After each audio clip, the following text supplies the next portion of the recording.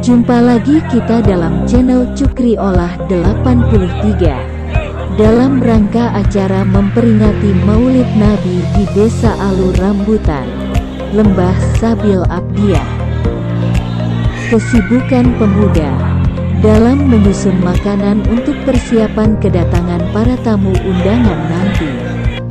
Ada juga rekan yang bekerja di negara Malaysia. Ada yang menyumbang, dijadikan sebagai buah-buahan. Jangan lupa dukung channel saya dengan tekan tombol subscribe, like, dan komen. Teruskan menonton.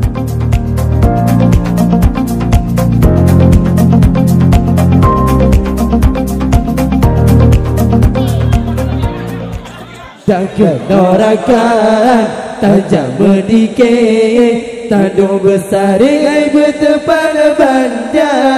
Satu wale, ulai besar, tanya medikit seni budaya.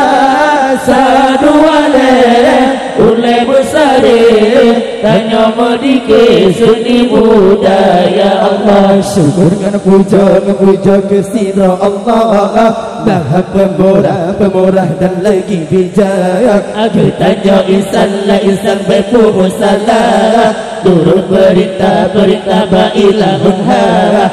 Butas demikian hati tabah, pikiran berbah di dalam utak. Belok tabu budi yang larang Allah, hana faedah ruga berpuncak Allah. Jangan norakan, tajam medikit, tandua besar hebat pada banja.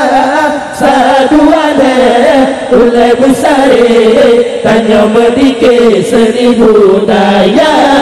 Saduane ulai besar, tanya medikit seni budaya. Allah katakan duri ke Rasulullah, behai metua ke gala-gala. Ada medikit ayu pokipah, tak undang baga burung sejarah. Ja'ana yatim hana sopapa, bium menasah sopa kaca. Jidang ilua anu hanaya, jingun ibaba pajoda noja. Allah jaga norakan, tajam medikit, tandua besar hai bertepan banja. Saduane ulai besar, tanya medikit seni budaya. Saduane ulai besar, tanya medikit seni budaya. Allah jeli imata bohming jimbasa, hati segudah jadi sengkara. Jika kepaju hidang pukula, tukutkan kuah puno dumpula. Katakan duri diberi itulah, bekurang yang mekuncang. Doa yatim bergota apa, berbaga-baga kejita biha. Allah jaga norakan, tajam medikit, tandung besar dengan bertepan banja. Alhamdulillah acara zikir Maulid pun berjalan dengan baik. Sekarang waktunya bagi makanan yang sudah dipersiapkan tadi.